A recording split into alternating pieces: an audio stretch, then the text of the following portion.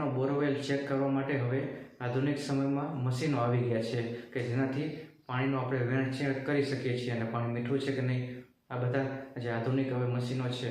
પરંતુ પહેલાં મશીનો નહોતા ત્યારે પાણી કેવી રીતે ચેક કરતા હતા? તો નારિયેલથી ચેક કરતા હતા, ઘણા તાંબાના સળિયાથી ચેક કરતા હતા. તો હળવદના એક કાકા છે, સુસવા ગામના આ બાપા જે મોટી ઉંમરના છે, જે પાણીનું વેણ ચેક કરવા માટે સળિયાનો ઉપયોગ કરે છે. તો આ જુઓ આ વિડીયો કે પાણીનું વેણ કેવી રીતે આ કાકા ચેક કરી રહ્યા છે.